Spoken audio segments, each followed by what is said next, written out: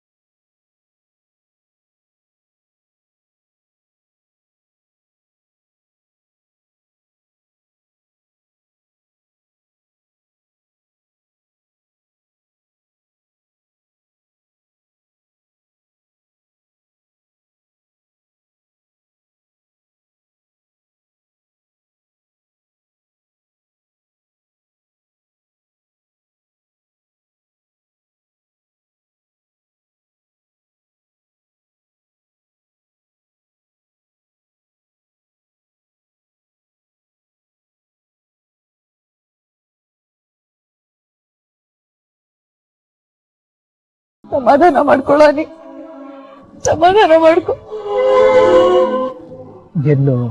ಏನೋ ಸಮಸ್ಯೆ ಇದೆ ಅಂತ ಹೇಳ್ತಾನೆ ಇದ್ದೆ. ನಾನ್ ನಿನ್ನ ನೆಗ್ಲೆಕ್ಟ್ ಮಾಡ್ತಾನೆ ಬಂದೆ. ನಾನ್ ಮಾಡಿದ್ದ ತಪ್ಪಿಗೆ ದೊಡ್ಡ ಶಿಕ್ಷೆನೆ ಆಯ್ತು, ನನಗೆ ದೊಡ್ಡ ಶಿಕ್ಷೆನೆ ಆಯ್ತು. ನಾನವತ್ತು ನಿನ್ ಮಾತಿನ ಸಮಾಧಾನವಾಗಿ ಕೇಳಿದ್ರೆ ಇವತ್ತು ಈ ತರ ಮರ್ಯಾದೆ ಹೋಗೋ ಪರಿಸ್ಥಿತಿ ಬರ್ತಾ ಇರ್ಲಿಲ್ಲ.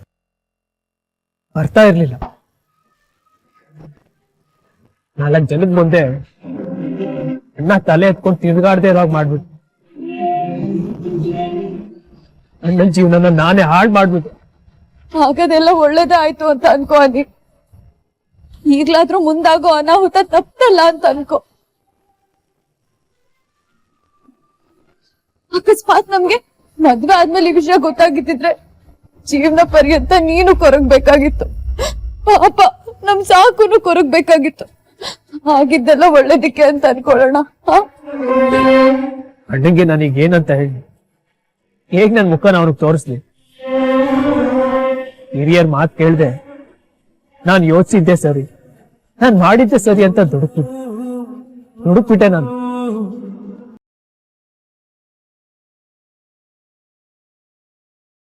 ತಾತ, ನೀವ್ ಹೇಳಿದ್ದೆ ಸರಿ. ಹಳ್ದಿ ತೂಗಿ ಹುಡ್ಕಿದ್ರೆ ಕೊನೆಗ್ ಸಿಗೋದು ತೂತ್ ಮಡ್ಕೆನೆ.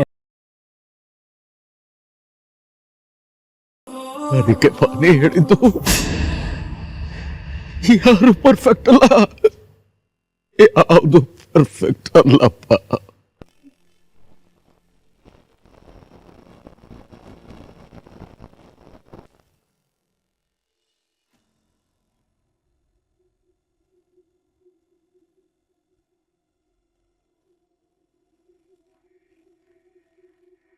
ಅನಿ, ಮೀರಾ, ಏನ್ರೋ ಇದು? ಏನಾಯ್ತು? ಯಾಕೆಲ್ರು ಹೀಗಿದ್ದೀರಾ?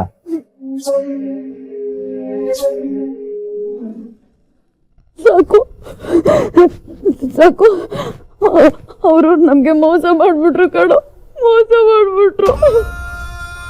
ಮೋಸ ಮಾಡ? ಯಾರು?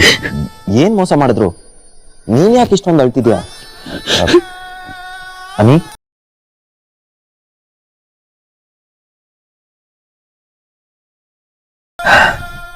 ಸಾರಿ ಅಣ್ಣ, ನನ್ನನ್ನು ಕ್ಷಮಿಸ್ಬಿಡಿ. ನನ್ನಿಂದಾಗಿ ನಿನ್ ಮರ್ಯಾದೆ ಹೊರಟೋಯ್ತು. ಸೊಸೈಟಿಲಿ ನಿನ್ ತಲೆ ಎತ್ಕೊಂಡು ತಿರ್ಗಾಡ್ತಿರೋಗ್ ಮಾಡ.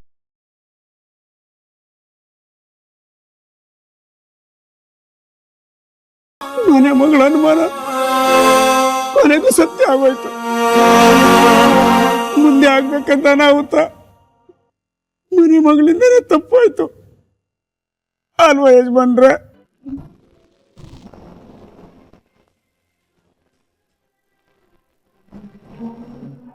ಏನ್ರು ಆಯ್ತು? ಯಾಕೆ ಅಳ್ತಿದ್ದೀರಾ? ಏನಾಯ್ತು ಅಂತ ಹೇಳಿ. ಅಣ್ಣ ಹೇಗ್ ಹೇಳ್ಬೇಕು ಏನ್ ಹೇಳ್ಬೇಕು ಅಂತಾನೆ ಗೊತ್ತಾಗ್ತಾ ಇಲ್ಲ. ಅಹಲ್ಯ ನಮ್ಗೆ ಮೋಸ ಮಾಡ್ಬಿಟ್ರು, ನಮ್ ನಂಬಿಕೆ ದ್ರೋಹ ಮಾಡ್ಬಿಟ್ರು.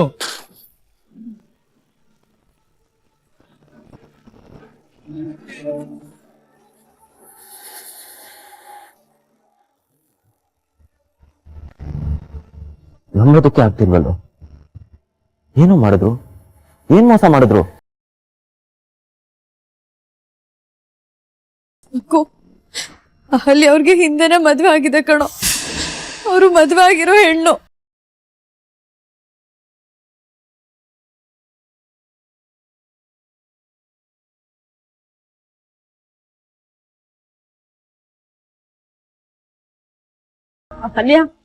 ಅಹಲ್ಯ ಅವ್ರ ಹತ್ರ ಮಾತಾಡೋಣ ಕಣೆ. ನಮ್ಮಿಂದ ತಪ್ಪಾಯ್ತು ಅಂತ ಅವ್ರ ಕಾಲು ಹಿಡಿದು ಬೇಡ್ಕೊಳ್ಳೋಣ. ದುಡುಕ್ ಬೇಡ ಮಗಳೇ, ಅಹಲ್ಯ ದುಡುಕ್ ಬೇಡವೆ. ನಾನು ಅವ್ರ ಹತ್ರ ಮಾತಾಡ್ತೀನಿ, ನಾನು ಅವ್ರ ಕಾಲು ಹಿಡಿದು ಬೇಡ್ಕೋತೀನಿ. ನಮ್ಮಿಂದ ತಪ್ಪಾಯ್ತು ಅಂತ ನಾನ್ ಬೇಡ್ಕೋತೀನಿ ಕಣೆ. ಅಹಲ್ಯ ಹೋಗಿ ಬಟ್ಟೆ ಪ್ಯಾಕ್ ಮಾಡ್ಕೊಳ್ಳಿ. ಅಕ್ಕ, ನಾನು ಅವ್ರ ಹತ್ರ ಮಾತಾಡ್ತೀನಿ.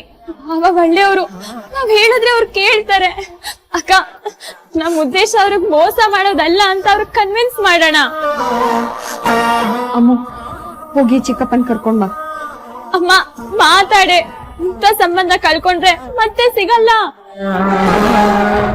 ಅಹಲ್ಯ ನೀನೇನು ಮಾತಾಡ್ಬೇಡ ಕಣೆ. ಇದರಲ್ಲಿ ನಿನ್ ತಪ್ಪೇನು ಇಲ್ಲ, ಎಲ್ಲ ನನ್ ತಪ್ಪೆ. ನಾನ್ ಮಾತಾಡ್ತೀನಿ, ನಾನ್ ಬೀಗ್ರ ಹತ್ರ ಬೇಡ್ಕೋತೀನಿ. ಅಹಲ್ಯ ಅಹಲ್ಯ ಏನಾಯ್ತು? ಎಲ್ರು ಯಾಕೆ ಆಚೆ ಹಾಕ್ಸಿರಿದಾರೆ? ಅದಕ್ಕೆ ಏನಾಯ್ತು? ನೀವ್ಯಾಕೆ ಅಳ್ತಾ ಇದ್ದೀರಾ? ಕ್ಯಾಬ್ ಬುಕ್ ಮಾಡಿ. ಕ್ಯಾಬಾ? ಎಲ್ಲಿಗಮ್ಮ? ನಾವು ಮನೆಗೆ ಹೋಗ್ತಾ ಇದೀವಿ.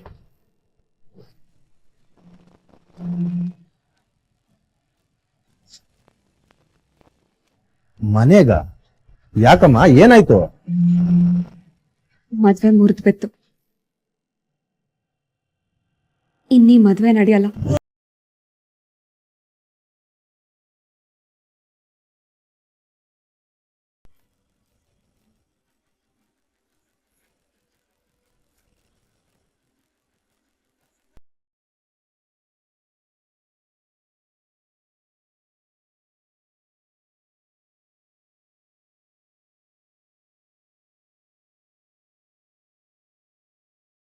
ಸತ್ಯನ ಮುಚ್ಚಿಟ್ಟು ಸುಳ್ಳ ಮುಂದೆ ಮಾಡಿ ನಮಗ್ ಮೋಸ ಮಾಡ್ಬಿಟ್ರಣ. ಥ್ಯಾಂಕ್ ಗಾಡ್, ಮೀರಿನ ಪ್ರಯತ್ನದಿಂದ ಅವ್ರು ಮುಚ್ಚಿಟ್ಟಿದ್ ಸುಳ್ಳು ಬಯಲಾಯ್ತು. ಮುಂದಾಗ್ಬೇಕಾಗಿರೋ ಅನಾಹುತ ತಪ್ಪೋಯ್ತು. ನಾವೆಷ್ಟೆಲ್ಲ ಆಸೆ ಕನ್ಸುಗಳನ್ನ ಇಟ್ಕೊಂಡಿದ್ವಿ. ನೀನು ನಿನ್ ಮನ್ಸಲ್ಲಿ ಎಷ್ಟು ಪ್ರೀತಿ ತುಂಬಿಕೊಂಡಿದ್ದೆ ಸಾಕು, ಎಷ್ಟು ಕನ್ಸುಗಳನ್ನ ಕಟ್ಕೊಂಡಿದ್ದೆ. ಆ ಕನ್ಸುಗಳನ್ನೆಲ್ಲ ಹೊಡೆದ್ಬಿಟ್ರು ಅಹಲ್ಯ ಅವರು.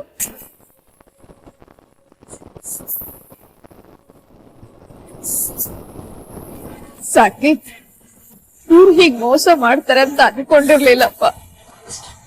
ನೀನ್ ಅಂದ್ಕೋಬೇಡ.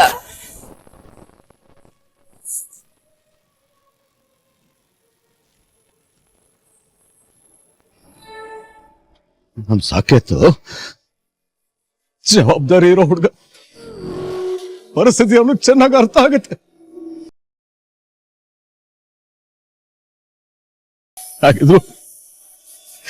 ಹಾಗಿದ್ರು ಮದುವೆ ಮುರಿದು ಬೀಳ್ತದ? ಮುರಿದು ಬೀಳ್ತಲ್ಲ.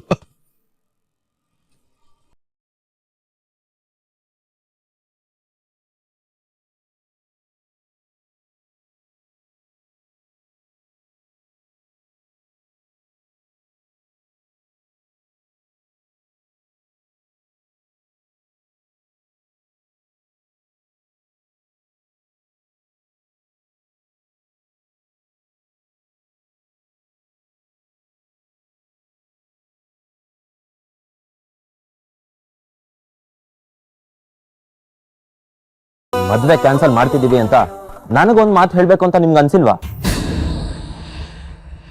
ಅಣ್ಣ, ಅವ್ರು ಗುಟ್ ಮಾಡಿ ಮೋಸ ಅವ್ರು ಮೋಸ ಮಾಡಿದ್ದಾರೆ ಅಂತಾನೆ ಇಟ್ಕೋ. ಆ ವಿಷಯ ಹೇಳಿಲ್ಲ ಅಂತಾನೂ ಇಟ್ಕೋ. ಆದ್ರೆ ಈ ಮದ್ವೆ ಮುರಿಯೋದಕ್ಕೂ ಮುಂಚೆ ನನಗೊಂದು ಮಾತು ಹೇಳ್ಬೇಕು ಅಂತ ಅನ್ಸಿಲ್ವಾ ನಿಂಗೆ?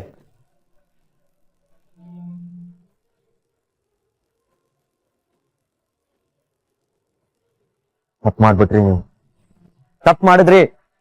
ಸಾಕು, ಏನೋ ಮಾತಾಡ್ತಿದ್ಯಾ? ತಪ್ಪು ಮಾಡಿರೋರು ಅವರು, ನಾವಲ್ಲ. ಅವ್ರು ಮಾಡಿರೋ ತಪ್ಪಿಗೆ ನಾವ್ ಅವ್ರ ಮೇಲೆ ಕಂಪ್ಲೇಂಟು ಕೊಡದೆ ಅವ್ರ ಮಾನ ಮರ್ಯಾದೆ ತೆಗ್ದೆ ಗಂಭೀರವಾಗಿ ಹೊರಟು ಹೋಗಿ ಅಂತ ಹೇಳಿದ್ವಿ. ಸಾಕು ಮೀರಾ, ಸ್ಟಾಪ್ ಇಟ್.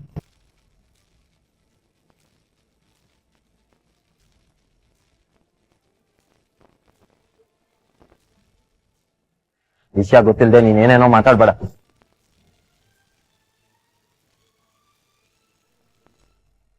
ಎಲ್ಲಾ ವಿಷಯನೂ ನನಗ್ ನಿರ್ಧಾರ ಮಾಡಕ್ ಬಿಡೋ ನೀನು ಈ ವಿಷಯದಲ್ಲಿ ಮಾತ್ರ ಯಾಕೋ ನನ್ನ ಅಭಿಪ್ರಾಯ ಕೇಳಲಿಲ್ಲ. ನನಗೆ ಹೇಳ್ದೆ ಈ ವಿಷಯದಲ್ಲಿ ಅದೇಗೋ ಡಿಸೈಡ್ ಮಾಡ್ದೆ.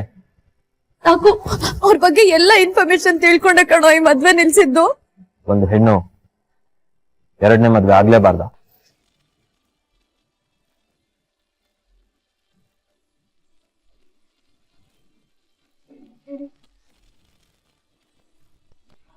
ಮದುವೆ ಮೊದಲನೇದು ಎರಡನೇದು ಅನ್ನೋದಲ್ಲ ಪ್ರಾಬ್ಲಮ್. ಅವ್ರು ನಮಗೆ ಸುಳ್ಳು ಹೇಳಿ ಮೋಸ ಮಾಡಿದ್ದಾರೆ ಅನ್ನೋದೇ ಪ್ರಾಬ್ಲಮ್. ಗಂಡ ಸತ್ತಿದ್ದು ಅವ್ಳ ವಿದ್ವೆ ಆಗಿದ್ರೆ ನಮ್ ಮನೆಗ್ ತಕ್ಕ ಸೊಸೆ ಆಗ್ತಾಳೆ ಅಂದಿದ್ರೆ ನಮಗ್ ಯಾವ ಸಮಸ್ಯೆನೂ ಇರ್ಲಿಲ್ಲ. ಸಾಕೇತ್, ಗಂಡ ಬದುಕಿದ್ದಾನೆ ಕಣೋ. ಅವ್ರ ನೆನ್ಪಲ್ಲೇ ತುಂಬಾ ಕೊರಗ್ತಿದ್ದಾನೆ. ಅವ್ರಿಗೆ ಮೋಸ ಮಾಡಿದಲ್ದೆ ನಮ್ಗೂ ಈ ವಿಷಯ ಹೇಳ್ದೆ ಅನ್ಯಾಯ ಮಾಡಿದ್ದಾರೆ. ಇಲ್ಲ, ಅವ್ರು ಯಾವ ಅನ್ಯಾಯನೂ ಮಾಡಿಲ್ಲ, ಯಾವ ವಿಷಯನೂ ಮುಚ್ಚಿಟ್ಟಿಲ್ಲ.